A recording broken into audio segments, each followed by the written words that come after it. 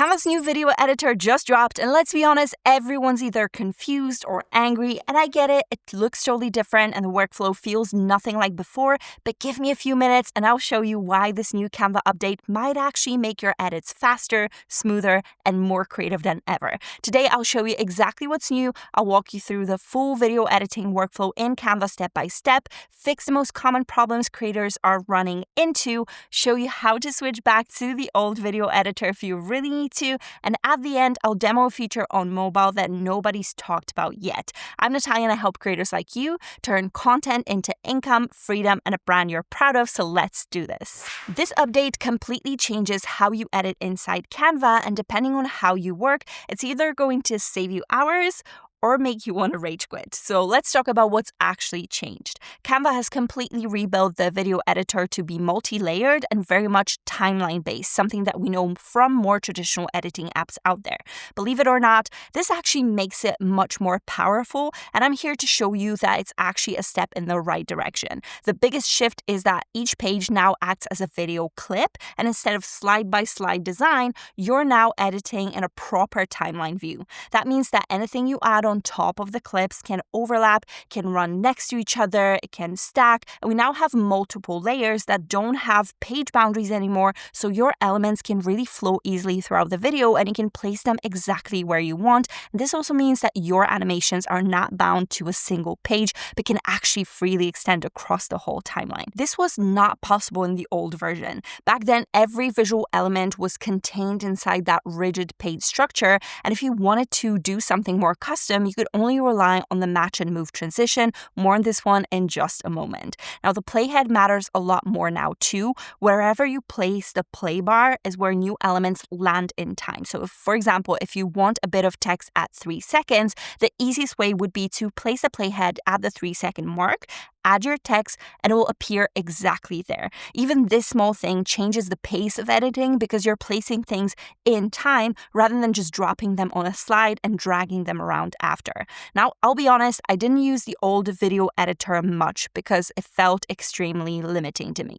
This update gives us much more freedom. It is not perfect. We'll talk about the glitches and the common problems in just a moment, but this is the direction that makes sense if Canva wants to be useful for real video work. And that's why this tutorial is important, because if you've been avoiding the update or you're just opening it up for the first time and thinking, what even is that?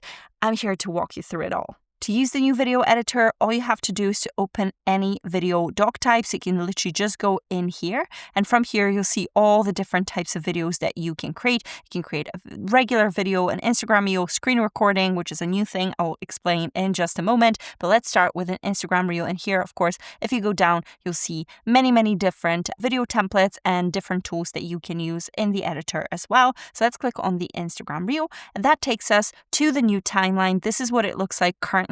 You can see in here that you can drag and drop your media, you can add an audio to an audio track, and here above there's a little placeholder for your elements and overlays and things of that nature. Naturally, what you could start off with is to go to the elements if you want to use any of the videos from the Canva library, so you would be able to do it through here. You can also kind of search for different elements here at the very top. However, what I prefer to do is to just start with my own uploaded stuff. So I'll go to my videos and search for something that I've created before. So this is a little kind of intro to a reel that I've created. Mind you, this is not something that I would have used for that particular reel that we're going to actually create in here. However, just imagine that this is a reel that I'm putting together. Now, what you can see is that it added it to the timeline in here. And then if I want to add any new clip, I can click on the plus sign. And from here, this is a main difference to the old editor. Now we can actually jump back to the uploads, go to stock videos, which again opens up our Canva library.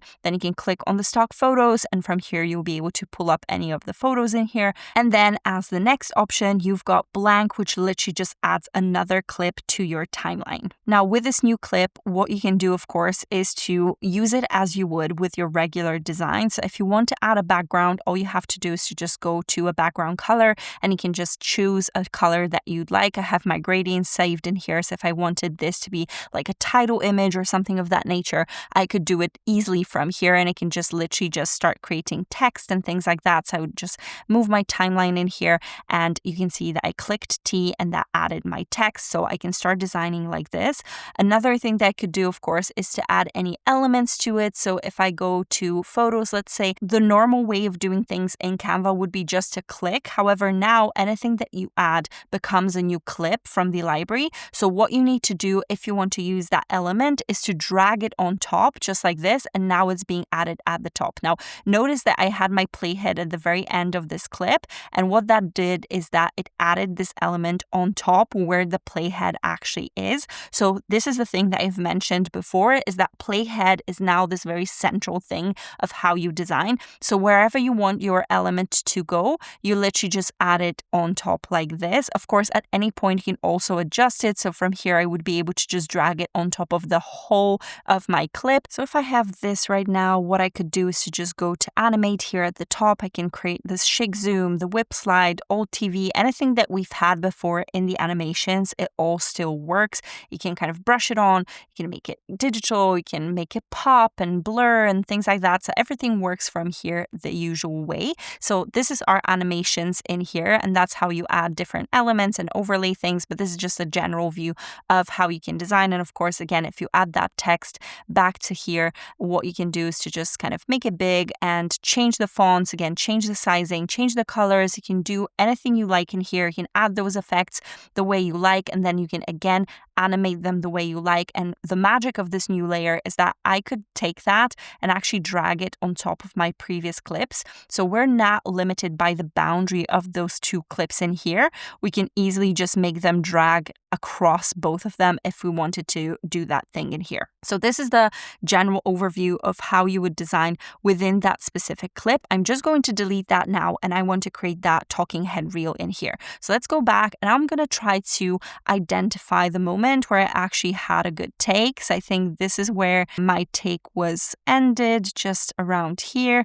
So let's say this is the point where I want to split. What I want to do is to just literally hit S, and that's going to split this part for me, and I can just delete the rest of it. And I think my second option is around here. Now, another option on how to split would be literally to go to the top in here and then click split, and that does that for us. So this is my trimmed clip in here. Now, what I'm missing in the new video editor is the tool that I really loved in the previous editor, and this is the trim clip option. Now, in here, you can see at the top that I only have the split option. Before, I was able to just drag seamlessly, and just if I wanted maybe a 3-second clip, I could literally just find it on my whole big clip, and that was an amazing tool that I'm really missing. So I'm hoping that it's going to get back to us very, very shortly. However, this is what we're working with right now. Now, I want to make sure that I'm creating a reel that's in my own style, something that I could easily post on my own Instagram or as a short here on YouTube. So what I love to do myself is to add a piece of text that then appears behind me.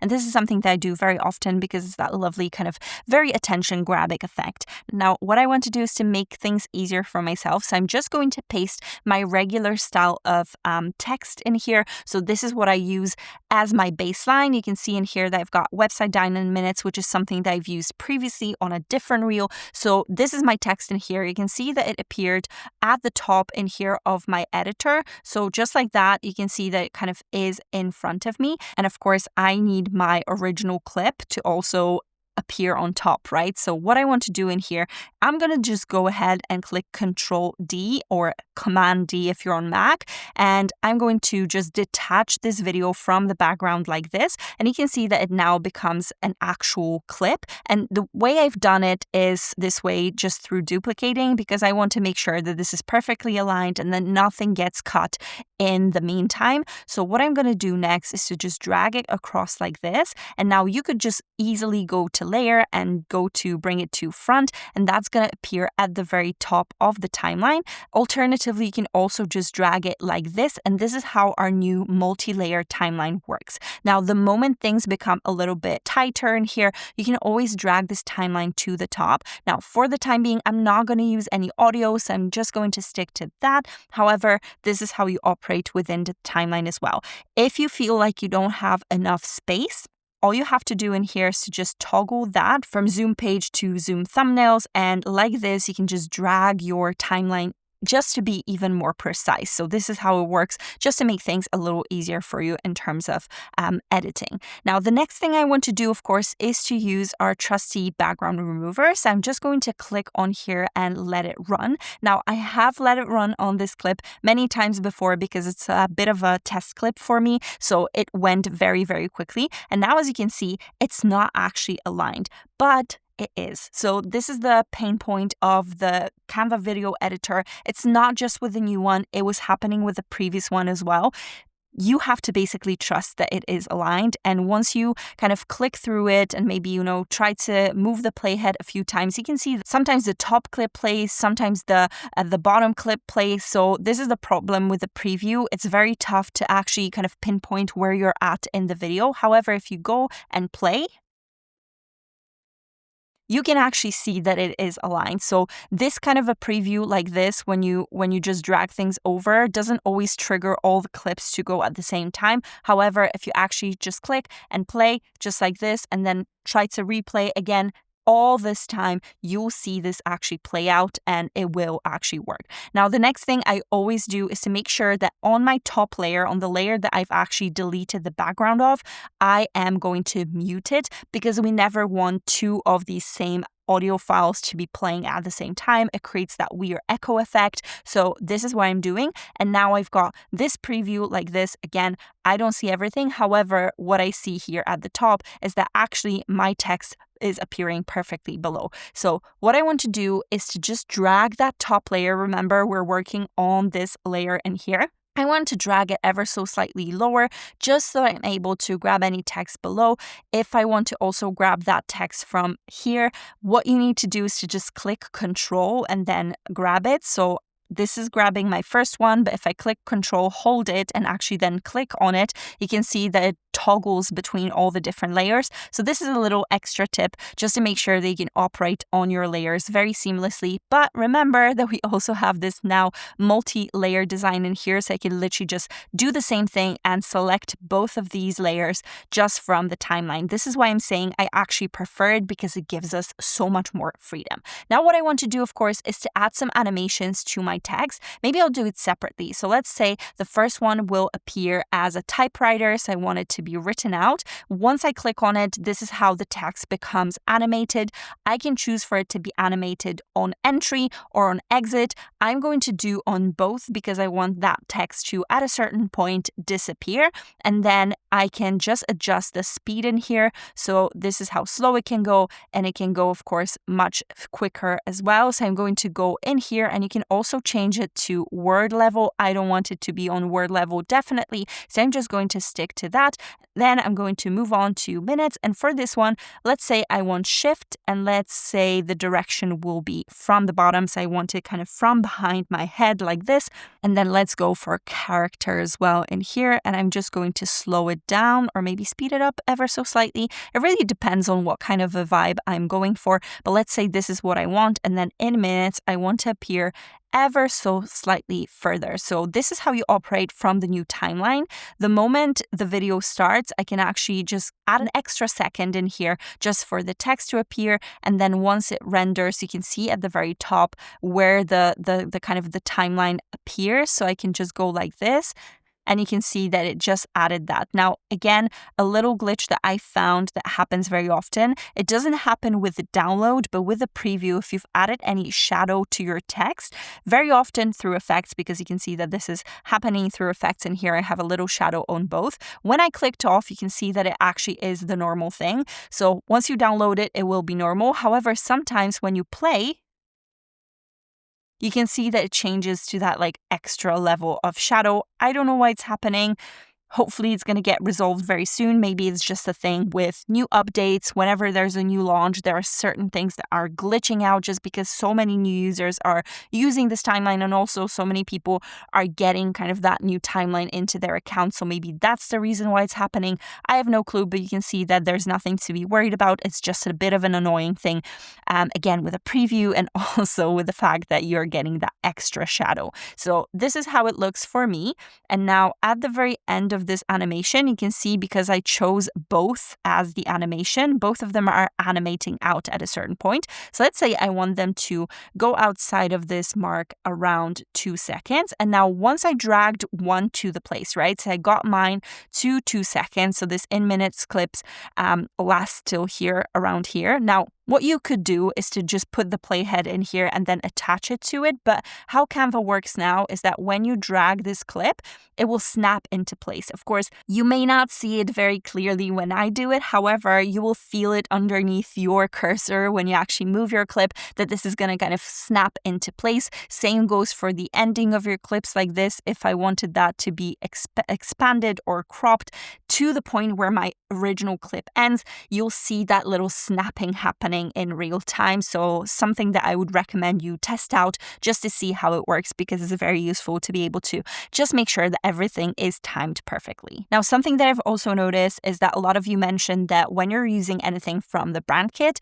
it just, instead of kind of creating something new on top, like an overlay, it actually adds it as a new clip. So in here, I have my logos, my old logos in here, something that I've created for myself. And when I click on it, you can see that it just added it as a new clip when I clicked. Now, this is the new workflow in here.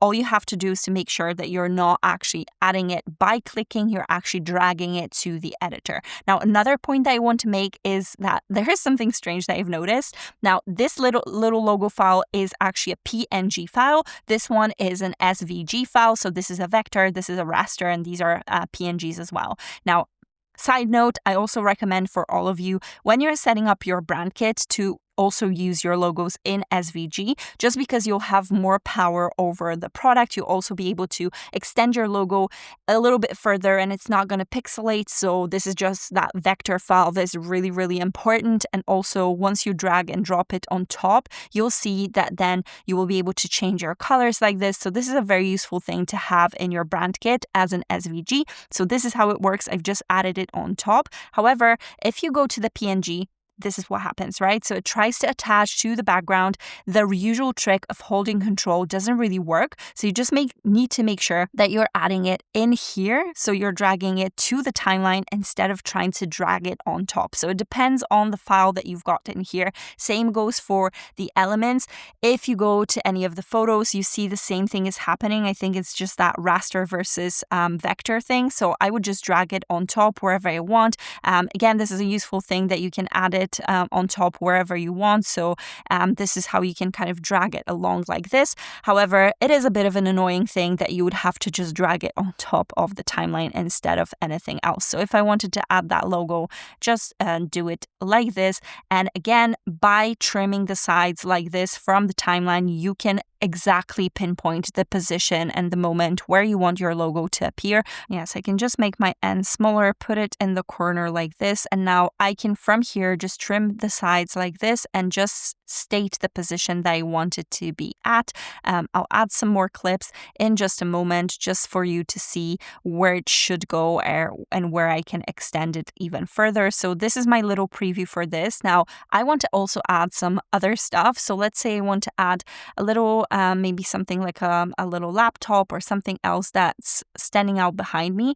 Let's say this is something that I want to add, right? So again, you wouldn't click because that would add it as a next clip. So I can just drag it on top in here. And what I want to do is to use a background remover just to grab that little click in here. I'm saving myself some time. Normally I would have my own assets in here, but I want to just add it like this and then drag it through here like that. And let's say this is something that I'm talking about in my video. So I can just make sure that it's kind of appearing behind me once the the text is done. So again, I can just kind of time it from the position in here. And then once these are gone, this one will appear. And of course, at any point, I can just go to animate. And from here, what I want to use is maybe a bit of an alt TV effect. This is something that I really like to use from time to time because it's quite a cool animation.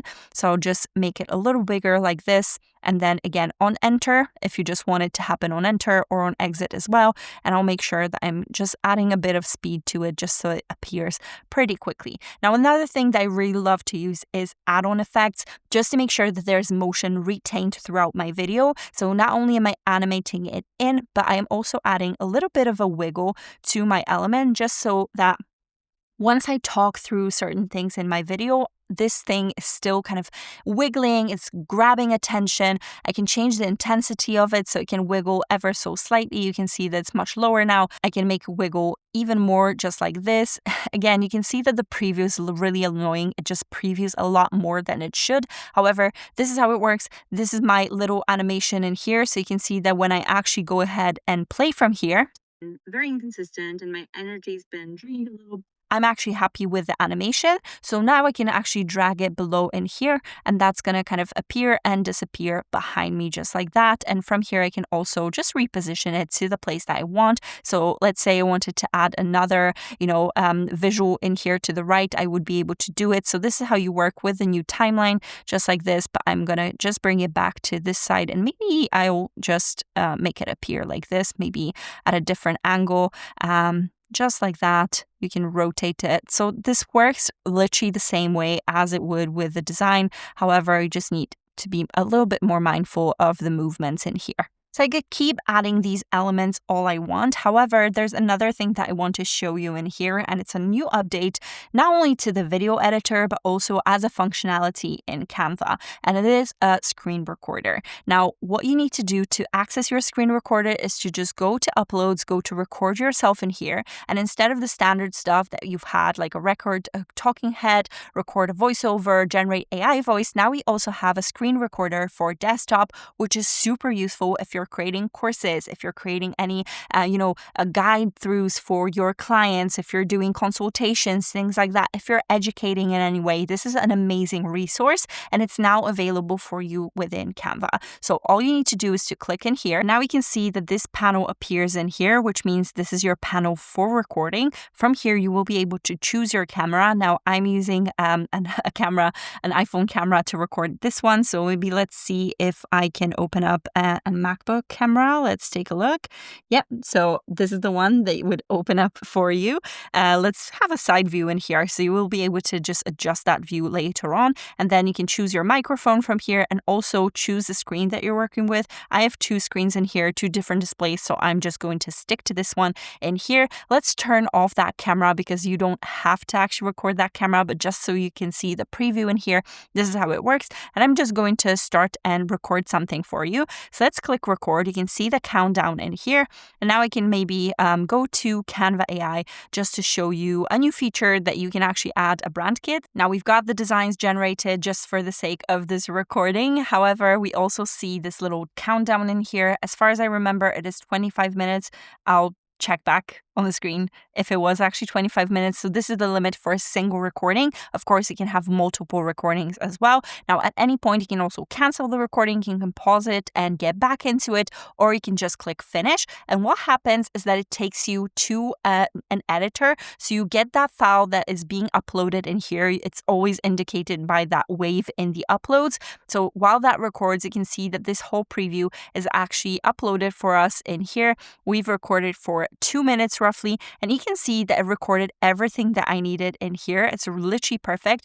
I was also afraid that it's going to record myself with the Screen Studio recording in here, but it actually disregarded it, which is super cool. So now I have this file that I can also use for any other of my kind of tutorials or anything else that I need. So what I'm going to do next is I could literally just go and copy that one from here and then paste it into my clip, or I can actually go ahead in here, and then I would need to, of course, reload that tab because of course, we've just recorded that one. So once that's now reloaded, we have our original. I'm just going to extend this ever so slightly. And when I go to my uploads and to videos, you will see this new recording in here. So I can just literally drag it on the timeline as my new clip. And even though it is landscape, it understands that this particular clip, the whole video I'm editing in a vertical. So this makes it easy for me to just position it the way I like. So I could just literally go like this and just recrop it ever so slightly, just so that I'm showing anything that I want to show on screen. So this would be my intro portion, and then I go and proceed to the tutorial in here.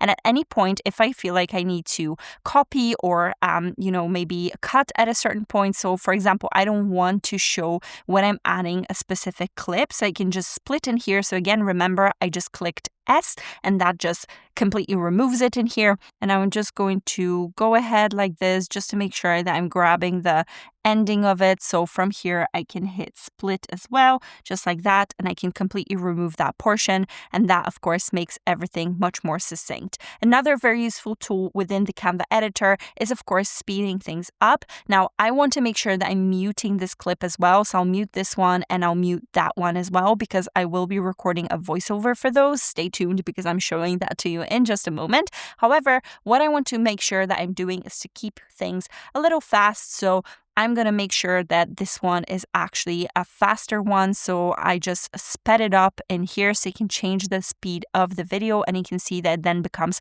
much smaller on a timeline. Let me make it a little bit smaller just so it can have more space to design with it.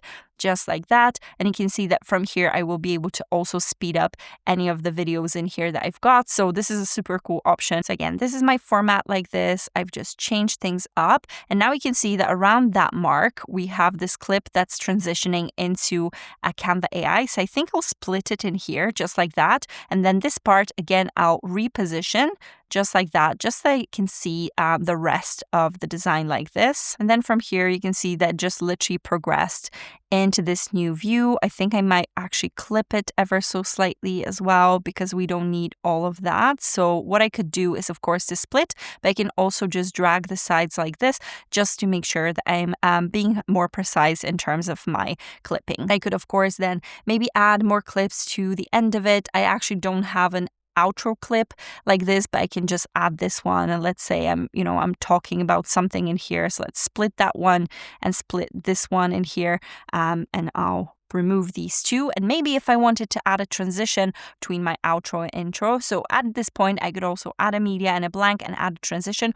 All you need to do to access it is just to hover between the two clips. Now, something that I've seen a lot of people are struggling with is that they don't see it when they hover. So you can see that this is a very short clip in here, and when I hover over these two, nothing actually shows up. A little trick for this, again, just go back from the zoom page to zoom thumbnail. So you need to have this little icon below the timeline icon selected, and then you just extend it, and then you will be able to see it. It just is a little kind of UX UI thing where you don't actually see the hover. The hover in between, the kind of the gap in between is not big enough. So this is your way of just grabbing that transition from here. So just make sure that you're zooming on the timeline itself. And now I can just click on add transition, and I can make this dissolve. I can make it slide. I can circle wipe it, color wipe it, line wipe it. So you've got all these different transitions in here. I love the flow transition. I don't think it works necessarily for this one, just because it has to have the elements.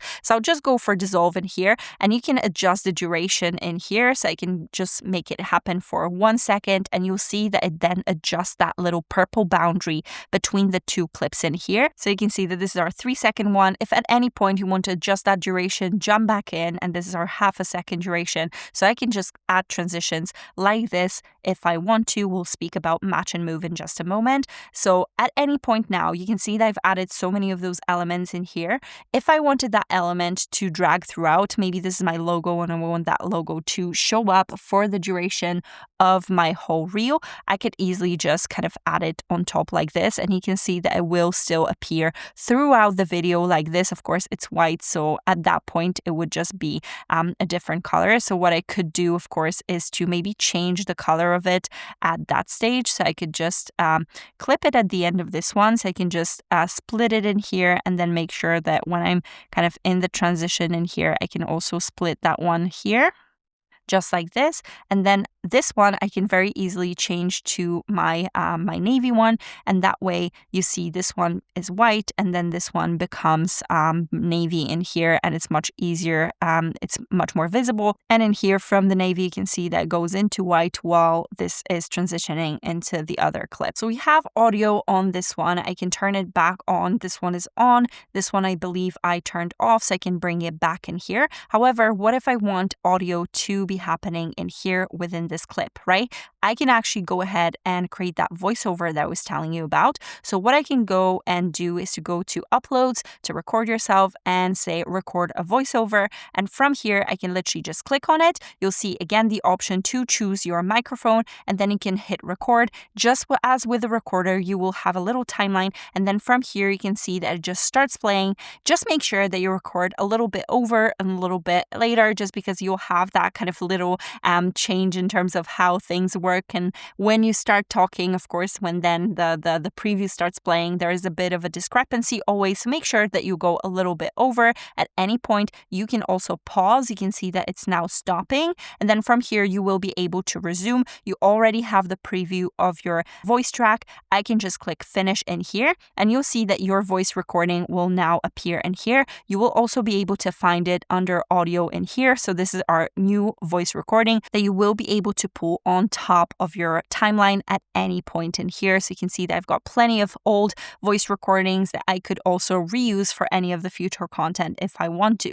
Now, the way it works with audio is to, of course, just move things around like this. I think maybe, let's say I started working around that time. So what I can do is to just zoom in here. I can just drag it from the side in here just to shorten it. Of course, at any point, you can also click split just to make sure that you're splitting in the right position. You can also just double click on the timeline like this just to make sure that your playhead is at a right place. So this is how it works. You can just move that playhead in here. So let's say I wanted to split in here. This is how easy it is. So just make sure that you're kind of cropping things just like that. And I can also just make sure that it's attached to the start of the video just like this. And you see that I'm already talking in here. You can also just enhance your voice in here if you have Pro. By the way, if you want to try Canva Pro for free, you can grab a link down below just to make sure that you're trying and testing all of these different elements and different features that you can use within Canva. Highly recommend it. And from here, you can also click balance all, and that's going to just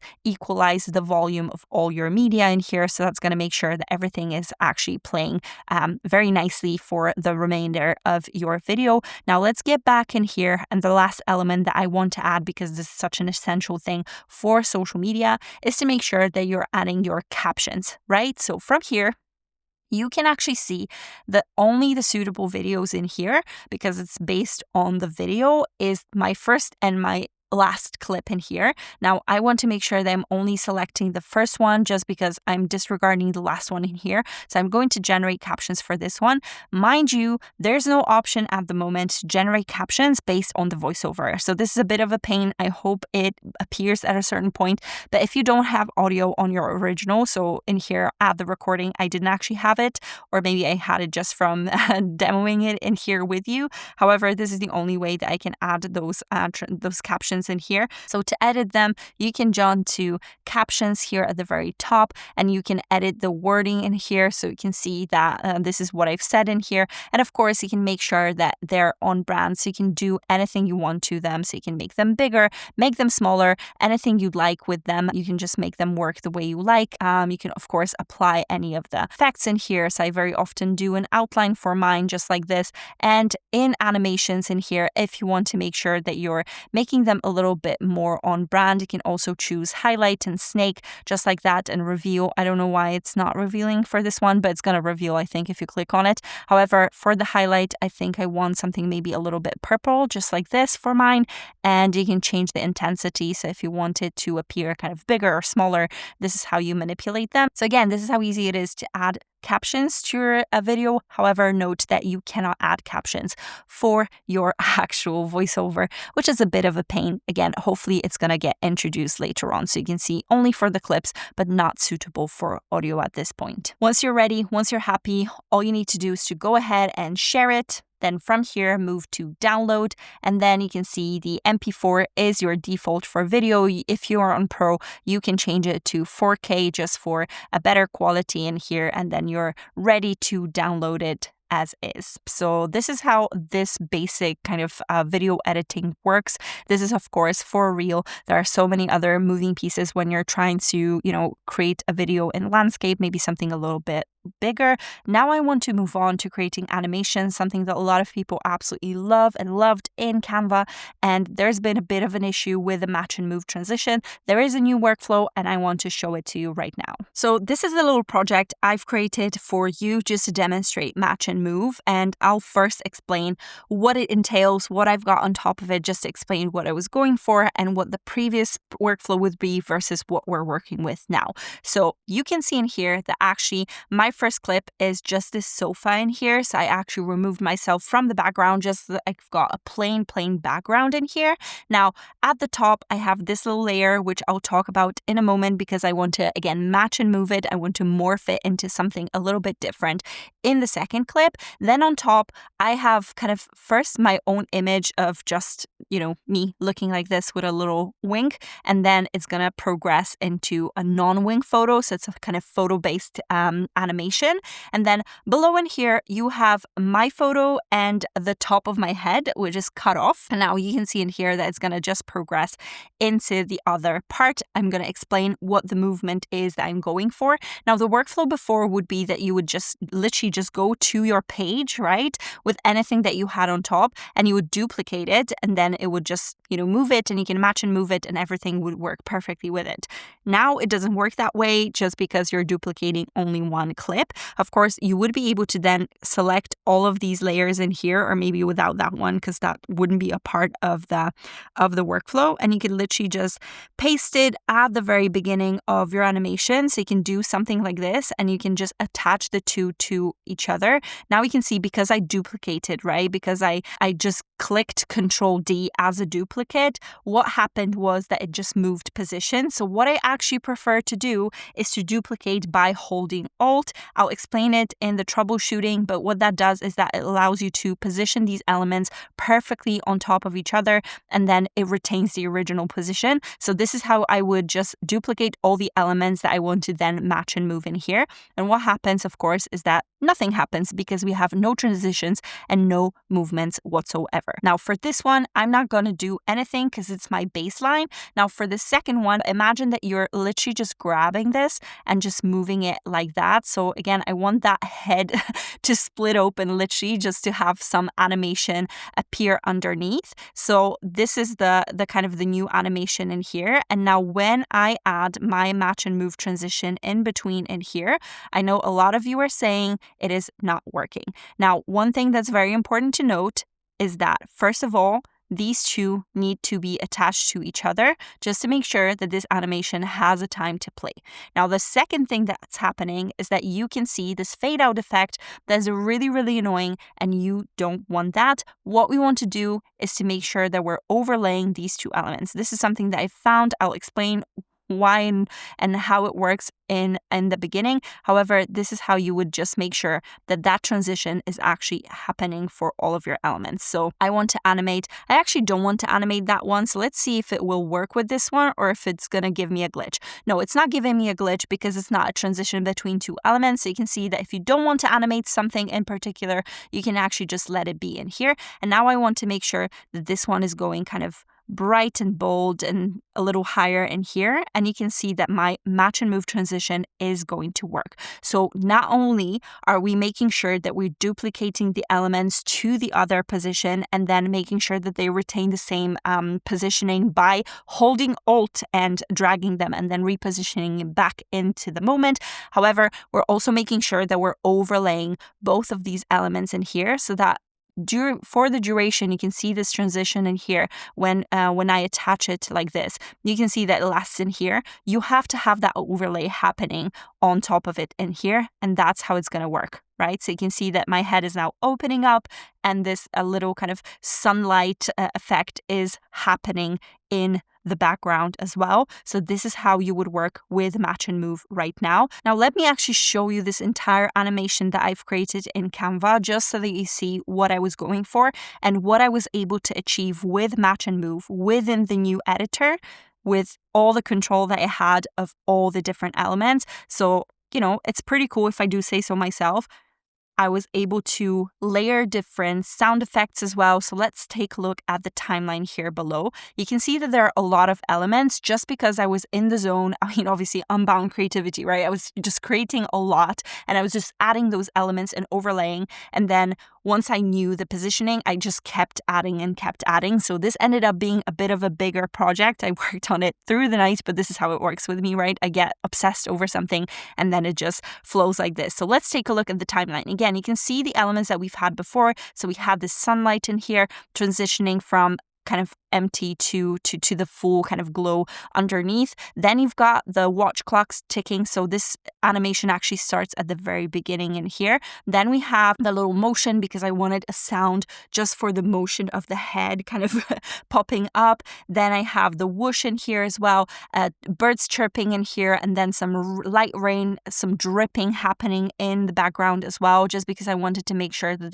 there's kind of a texture to all of it. So as you can see in here, we've got the bird flowing out, we've got the planets. I mean, these are all kind of meaningful on a certain level to me. Of course, you can be as creative as you want to be in here. However, you can see that I've just made sure that every single animation actually has a movement. So again, the way it works is that maybe with this one, I started in this position. Of course, you can't see it because I hid all of the elements behind my head because I want them to kind of move outside of my head alongside the little cap, the little skull thing popping up. And then you can see that all of them are overlaid. So this was the initial position of this one. And then I moved it to being bigger and kind of repositioned it a little bit. I rotated certain elements in here. So you can see that this one just got bigger. However, maybe this one got a little more rotated a little bit. You can see that I think the mirror, yes, the mirror goes completely different. So you can see that just completely changes positions between the two.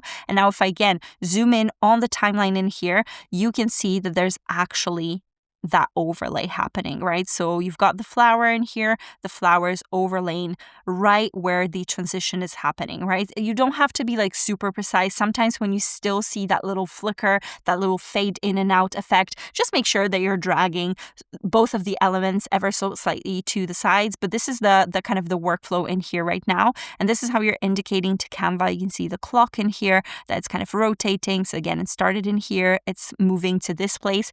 You're indicating to Canva that this is the movement. These are supposed to be affected by the transition that you're applying to them. So you can see the Saturn in here, and it's all of it is kind of moving out. And then at the very end, I've also added the unbound text in here, and it's just literally, it's not even happening with the transition. I just added an animation to it as a merge. And here, I love the merge animation. It's a really cool animation for text. So this is something they've added during the transition, but it's not being affected by the match and move because there's nothing to match and move before this one. So I hope you understand how it works. So basically, again, make sure that you're overlaying your elements on top and you're making sure that you're kind of, you're giving Canva that information in here. So this is how it works. And in the troubleshooting in just a moment, I'll show you exactly how to use match and move in the previous version as well. Now, let's talk about the stuff that's not working that well and hopefully how to fix it, because yes, there's been a lot of confusion and, to be honest, still a lot of glitches.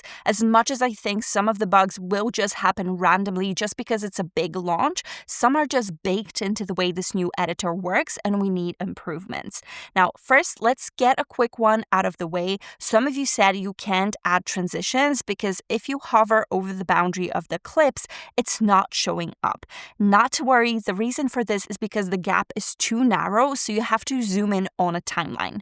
Go to the icon right here, toggle the view from the page level zoom to a timeline zoom, and then drag the slider. You'll now be able to see the transition icon between your clips when you hover. Next, match and move is the biggest one that's not been working for you, and I have two workarounds. First, you can actually go to the thumbnail view right here and duplicate the whole page. You will then be able to apply the transition between those pages, and it works almost like the previous editor. To edit the elements inside the video, just hover over the second page or the first page, and you'll see the pencil icon, which allows you to get into that page within the editor, and it treats it like almost like a separate video. Now, I would be lying if I didn't say I got inconsistent results with this one. So for example, in here, I could easily match and move the text boxes, but no matter how hard I tried, I couldn't get this timeline to animate. I'm usually pretty good at identifying what might be the issue, but with this one, it beats me. So I'd have to say it's most likely just a broken functionality, and I really hope that they fix it because, yeah, we need match and move to work if we have no keyframes.